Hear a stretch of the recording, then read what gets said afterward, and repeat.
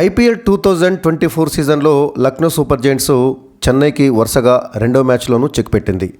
తన సొంత గడ్డపైనే కాకుండా ప్రత్యర్థి మైదానంలోనూ అంటే చెన్నై జట్టును ఓడించింది. చెన్నైను ఓడించడం అంటే అంత మామూలు ఆషామాషి విషయం కాదు కదా. సో ఆ పని లక్నో చేసింది. అంటే ఈ సీజన్లో ఆడినటువంటి రెండు మ్యాచ్లలో కూడా చెన్నైపై ఎల్ఎస్జీ విజయం సాధించింది. మంగళవారం నాడు ఎల్ఎస్జీ 6 వికెట్ల తేడాతోటి సిఎస్కేను ఓడించింది. 211 పరుగుల విజయ లక్ష్యాన్ని ఎల్ఎస్జీ జట్టు 19.3 ఓవర్లలో 4 వికెట్లు కోల్పోయి ఛేదించింది.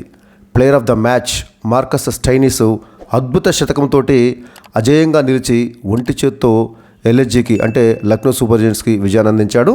ఇక మార్కస్ స్టైనిస్కు తోడు పూరన్ కూడా విలువైనటువంటి ఇన్నింగ్స్ ఆడాడు.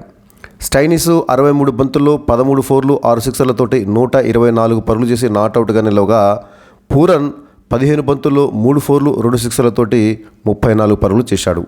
ఇక చెన్నై బౌలర్లలో పతిరన 2 వికెట్లు తీసి ఆకట్టుకున్నాడు. మొదట బ్యాటింగ్ చేసినటువంటి సిఎస్కే కెప్టెన్ రుతురాజ్ గైక్వాడ్ శతకానికి తోడుగా శివన్ దుబే మెరుపులు తోడవడంతో చెన్నై 4 వికెట్ల నష్టానికి 210 పరుగులు చేసింది. రుతురాజ్ గైక్వాడ్ 60 బంతుల్లో 12 ఫోర్లు 3 సిక్సర్లతోటి 108 పరుగులు చేసి నాట్అవుట్గా నిలవగా శివన్ దుబే 27 బంతుల్లోనే 3 ఫోర్లు ఏకంగా 7 సిక్సర్లతోటి 66 పరుగులు చేశాడు. అయితే వీరిద్దరి శ్రమ వృధా అయింది మార్కస్ స్టైనిస్ విలువైన ఇన్నింగ్స్ ముందు. 211 పరుగుల భారీ లక్ష్యంతో బ్యాటింగ్ చేసిన లక్నోకు తొలి ఓవర్లోనే షాక్ తగిలింది. క్వింటన్ డికాక్ను చాహర్ బౌల్డ్ చేశాడు. డికాకు డకౌట్గా వెనుతిరిగాడు. ఇక 5వ ఓవర్లో కెప్టెన్ కేఎల్ రాహుల్ ముస్తాఫిజుర్ రెహమాన్ బౌలింగ్లో గైక్వాడ్కు క్యాచ్ ఇచ్చి అవుట్ అయ్యాడు. కేఎల్ రాహుల్ 14 బంతుల్లో 1 4 1 6 తోటి 16 పరుగులు మాత్రమే చేశాడు. అప్పటికి లక్నో స్కోరు 33 పరుగులు. అంటే 33 పరుగులకే లక్నో 2 వికెట్లు కోల్పోయింది. దీంతో క్రీజులకు వచ్చినటువంటి దేవదత్త పడిక్కల్తో కలిసి స్టైనిస్ మెల్లగా ఇన్నింగ్స్ను గాడిలో పెట్టాడు. 6వ ఓవర్లో వరుసగా 2 ఫోర్లు బాదిన స్టైనిస్ 8వ ఓవర్లో 1 6, 9వ ఓవర్లో 6 4 కొట్టాడు. 10 ఓవర్లు ముగిసేసరికి ఎల్ఎస్జీ 2 వికెట్లు కోల్పోయి 83 పరుగులతోటి నిలిచింది. అప్పటికే స్టైనిస్ 26 బంతుల్లోనే తన అర్ధశతకాన్ని పూర్తి చేశాడు. ఈ క్రమంలో పతిరేనా వేసిన 11వ ఓవర్లో పడిక్కల్ బౌల్డ్ అయ్యాడు. అనంతరం క్రీజులోకి వచ్చిన పూరన్తో కలిసి స్టైనిస్ ఇన్నింగ్స్ను పరుగులు పెట్టించాడు. 13వ ఓవర్లో మార్కస్ 6 4 బాదటంతో 17 పరుగులు వచ్చాయి. ఇక 16వ ఓవర్లో శార్దుల్ ఠాకూర్కు పూరన్ విశ్వరూపమే చూపించాడు. ఈ ఓవర్లో వరుసగా 6 4 6 కొట్టడంతో మొత్తం 20 పరుగులు వచ్చాయి. దీంతో చివరి 4 ఓవర్లలో లక్నో విజయ లక్ష్యం 54 పరుగులుగా మారింది. 17వ ఓవర్ వేసిన పతిరన తన సూపర్ బౌలింగ్ తోటి పూరన్ను అవుట్ చేయడమే కాకుండా ఆ ఓవర్లో కేవలం 7 పరుగులే ఇచ్చాడు. 18వ ఓవర్ వేసినటువంటి ముస్తాఫిజుర్ బౌలింగ్లో 6 బాదిన స్టైనిస్ మరో 2 పరుగులు చేసి ఈ సీజన్లో తన తొలి శతకాన్ని పూర్తి చేశాడు. స్టైనిస్ 56 బంతుల్లోనే సెంచరీని పూర్తి చేశాడు. మరో బ్యాటర్ దీపక్ కూడా ఆ ఓవర్ చివరి బంతికి 6 కొట్టడంతో ఈ ఓవర్లో 15 పరుగులు వచ్చాయి. దీంతో విజయ సమీకరణ 12 బంతుల్లో 32 పరుగులుగా మారింది. అంటే చివరి 2 ఓవర్లలో విజయానికి ఎల్ఎస్జీ 32 పరుగులు చేయాలి. ఇక 19వ ఓవర్లో స్టైనిస్ 1 4 కొట్టగా దీపక్ కూడా 2 ఫోర్లతోటి విరుచుకుపడటంతో ఈ ఓవర్లోనూ 15 పరుగులు వచ్చాయి. ఇక చివరి ఓవర్లో లక్నో విజయ లక్ష్యం 17 పరుగులుగా మారింది. అంటే లాస్ట్ ఓవర్లో 17 పరుగులు చేస్తే ఎల్ఎస్జీ విజయం సాధిస్తుంది. క్రీజ్లో స్టైనిస్ ఉన్నాడు, మరోవైపు దీపక్ కూడా ఉన్నాడు. స్ట్రైకింగ్లో ఉన్నటువంటి స్టైనిస్ ముస్తాఫిజుర్ వేసినటువంటి తొలి బంతికి 6 కొట్టాడు. 2వ బంతిని 4 కొట్టాడు. 3వ బంతికి స్టైనిస్ మరో 4 కొట్టడంతో పాటు ఎంపైర్ దాన్ని నోబాల్గా ప్రకటించాడు. ఆ తర్వాతి బంతిని 4 కొట్టడంతో లక్నో సంబరాల్లో మునిగి తేలింది. మొదట టాస్ గెలిచినటువంటి లక్నో బౌలింగ్ని ఎంచుకోగా అంతకుముందే పిచ్ను పరిశీలించినటువంటి వ్యాఖ్యాతలు వికెట్ నెమ్మదిగా ఉంటుందని, పరుగులు పెద్దగా రావని అభిప్రాయపడ్డారు. హెన్రీ వేసినటువంటి తొలి ఓవర్లో చెన్నై రహానే వికెట్ను కోల్పోయి కేవలం 5 పరుగులు చేయడంతో ఆ అంచనాలు నిజమేనేమో అనిపించింది. ఆ తర్వాత బ్యాటింగ్కి వచ్చినటువంటి డారెల్ మిచెల్, జడేజా వాళ్ళ యొక్క తడబాటును చూసినా కూడా పిచ్ నెమ్మదిగా ఉన్నట్లే కనిపించింది. డారెల్ మిచెల్ 11 పరుగులకు, జడేజా 16 పరుగులకు అవుట్ అయ్యారు. కానీ మరో ఎండ్లో కెప్టెన్ రుతురాజ్ బ్యాటింగ్ చూస్తే మాత్రం పిచ్లో ఏమీ లేదని అర్థమైపోయింది. ఇక శివన్ దుబే అయితే చెపాక్ను ఫ్లాట్ పిచ్గా మార్చేశాడు. మామూలుగా ఓ మోస్తారు వేగంతో ఆడేటటువంటి రుతురాజ్ గైక్వాడ్ ఈ మ్యాచ్లో మాత్రము మెరుపు షాట్లతో చెలరేగిపోయాడు. 160కి పైగా స్ట్రైక్ రేట్తో బ్యాటింగ్ చేశాడు రుతురాజ్ గైక్వాడ్. ఇక శివన్ దుబే అయితే సిక్సర్లు కొట్టడానికే ప్రాధాన్యత ఇచ్చాడు. స్పిన్నర్లు బౌలింగ్ చేస్తే దూబేకు పండగ అని బిష్నోయి కృణాలతోటి, అంటే వీళ్ళు స్పిన్ బౌలర్లు కదా, రవి బిష్నోయి కృణాల్ పాండ్యలతోటి 2 ఓవర్లే వేయించి ఆపేసినటువంటి ఎల్ఎస్జీ కెప్టెన్ పేసర్లనే కొనసాగించినా కూడా లాభం లేకపోయింది. యష్ ఠాకూర్ వేసిన 16వ ఓవర్లో దూబే వరుసగా 3 సిక్సర్లు బాధేశాడు. మిగతా బౌలర్లకు అతను చుక్కలు చూపించాడు. దూబే వచ్చే వరకు ఓ ఎండ్లో ధాటిగా ఆడుతూ రుతురాజు స్కోరింగ్ రేటు పెంచితే ఆ తర్వాత అతను సహాయ పాత్రే పోషించాడు. దూబే సిక్సర్ల మూత మోగిస్తూ చెన్నైకి ఊహించని స్కోర్ను అందించాడు. 22 బంతుల్లోనే శివన్ దూబే అర్ధశతకం పూర్తయింది. మరోవైపు 28 బంతుల్లో అర్ధశతకం సాధించిన రుతురాజ్ గైక్వాడ్ మళ్ళీ అన్నే బంతుల్లో ఇంకొక 50 పరుగులు చేసి తన సెంచరీని అందుకున్నాడు. చివరి 8 ఓవర్లలో చెన్నై 108 పరుగులను రాబట్టింది. ఇక స్కోర్ బోర్డు విషయానికి వచ్చినట్లయితే టాస్ ఓడి మొదట బ్యాటింగ్ చేపట్టినటువంటి చెన్నై సూపర్ కింగ్స్ నిర్ణీత 20 ఓవర్లలో 4 వికెట్ల నష్టానికి 210 పరుగుల భారీ స్కోరు సాధించింది. అజింక్య రహానే వరుసగా ఈ మ్యాచ్లోనూ విఫలమయ్యాడు. 3 బంతులు ఎదుర్కొన్నటువంటి రహానే 1 పరుగు మాత్రమే చేసి మ్యాట్ హెన్రీ బౌలింగ్లో కేఎల్ రాహుల్ పట్టిన అద్భుత క్యాచ్కు అవుట్ అయ్యాడు. ఇక మరొక ఓపెనర్ కెప్టెన్ రుతురాజ్ గైక్వాడ్ ఈ మ్యాచ్లో చెలరేగిపోయాడు. ఈ టోర్నీలో ఇప్పటివరకు రుతురాజ్ గైక్వాడ్ తనదైన మార్కును చూపించలేకపోయాడు. కానీ ఈ మ్యాచ్లో మాత్రము 60 బంతులు ఎదుర్కొన్నటువంటి రుతురాజ్ గైక్వాడ్ 12 ఫోర్లు 3 సిక్స్లతోటి 108 పరుగులు చేసి నాట్అవుట్గా నిలిచాడు. అంటే ఓపెనర్గా వచ్చినటువంటి రుతురాజ్ గైక్వాడ్ చివరికంట నాట్అవుట్గా నిలిచి సెంచరీని సాధించాడు. ఐపీఎల్లో రుతురాజ్ గైక్వాడ్కి ఇది 2వ సెంచరీ. ఇక 3వ స్థానంలో బ్యాటింగ్ వచ్చినటువంటి డారెల్ మిచెల్ మళ్ళీ విఫలమయ్యాడు. 10 బంతులు ఎదుర్కొన్నటువంటి డారెల్ మిచెల్ 1 ఫోర్ తోటి 11 పరుగులు చేసి యష్ ఠాకూర్ బౌలింగ్లో దీపక్ హుడాకు క్యాచ్ ఇచ్చి అవుట్ అయ్యాడు. 4వ స్థానంలో బ్యాటింగ్ వచ్చినటువంటి రవీంద్ర జడేజా కూడా పెద్దగా ప్రభావం చూపించలేకపోయాడు. 19 బాల్స్ ఎదుర్కొన్నటువంటి జడేజా 2 ఫోర్లతోటి 16 పరుగులు మాత్రమే చేసి ముహిసిన్ ఖాన్ బౌలింగ్లో రాహుల్కి క్యాచ్ ఇచ్చి అవుట్ అయ్యాడు. ఇక 5వ స్థానంలో బ్యాటింగ్ వచ్చినటువంటి శివన్ దూబే ఒక రకంగా శివతాండవమే చేశాడని చెప్పాలి.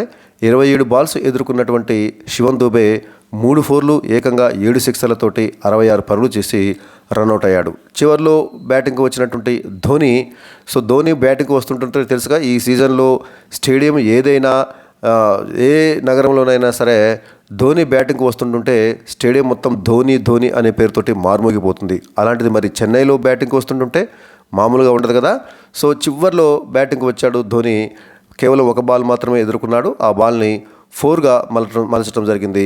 సో ఆ విధంగా 1 బాల్ ఎదుర్కొన్నటువంటి ధోని 4 పరుగులు చేసి నాట్అవుట్గా నిలిచాడు. దీంతో నిర్ణీత 20 ఓవర్లలో చెన్నై సూపర్ కింగ్స్ 4 వికెట్ల నష్టానికి 210 పరుగుల భారీ స్కోరు సాధించింది.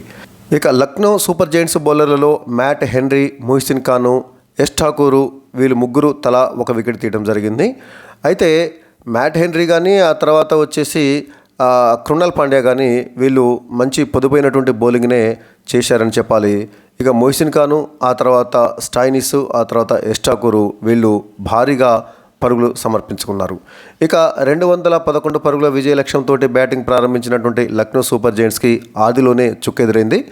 ఆ జట్టు ఓపెనర్ డీకాకు ఈ టోర్నీలో ఇప్పటివరకు తనదైనటువంటి మార్కు చూపించలేకపోయాడు. వరుసగా వైఫల్యం చెందుతున్నటువంటి డీకాకు ఈ మ్యాచ్లో కూడా 3 బాల్స్ ఎదుర్కొని పరుగులేమీ చేయకుండానే దీపక్ చహార్ బౌలింగ్లో డక్అవుట్ కావడం జరిగింది. ఇక మరొక ఓపెనర్ కెప్టెన్ కేఎల్ రాహుల్ 14 బంతులు ఎదుర్కొని 1 ఫోర్ 1 సిక్స్ తోటి 16 పరుగులు చేసి ముస్తాఫిజుర్ బౌలింగ్లో రుతురాజ్ గైక్వాడ్కి క్యాచ్ ఇచ్చి అవుట్ అయ్యాడు. ఇక 1 డౌన్ బ్యాటర్ అంటే 3వ స్థానంలో బ్యాటింగ్కి వచ్చినటువంటి మార్కస్ స్టైనిస్ వాస్తవానికి ఈ మ్యాచ్లో అసలు సిసలైనటువంటి హీరో.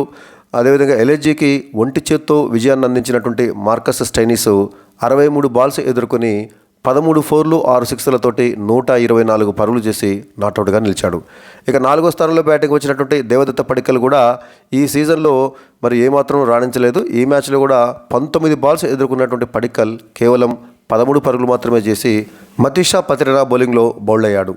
ఇక నికోలస్ పూరన్ ఈ విజయంలో కీలకమైనటువంటి పాత్ర పోషించినటువంటి నికోలస్ పూరను స్టైనిస్కు చక్కటి సహకారం అందించాడు. కీలక సమయంలో భారీ రన్ రేటు సాధించాల్సినటువంటి క్రమంలో పూరన్ బ్యాటింగ్కి వచ్చి కేవలం 15 బంతుల్లో 3 ఫోర్లు 2 సిక్స్లతోటి 34 పరుగులు చేసి మతీషా పతిరనా బౌలింగ్లో ఠాగూర్కు క్యాచ్ ఇచ్చి అవుట్ అయ్యాడు. సో పూరన్ అవుట్ అయినప్పటికీ ఆ విజయానికి కావాల్సినటువంటి పరుగులను త్వరగా చేయటం అనేది జరిగింది. ఇక చివరిలో బ్యాటింగ్ వచ్చినటువంటి దీపక్ హుడా సైతం ఈ విజయంలో తనదైన పాత్ర పోషించాడు.